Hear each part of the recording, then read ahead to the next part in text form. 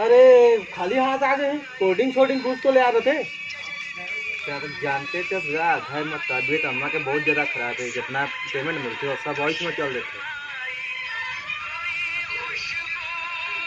देख किशोर कुमार के आवाज देख, क्या गजब के आवाज। ये आप किशोर कुमार के गाना सुना है क्या? मोहम्मद रफीक के हो जाए तो 10,000 हो जाए। तो सही है, मोहम्मद रफी के गाना है। ए यार तोर किस्मत बहुत अच्छा रही, दीज गए 10,000 रुपया। धर 10,000 रुपया, जायज कर तय भी का याद रख दी। अरे मोर फोन आत है यार।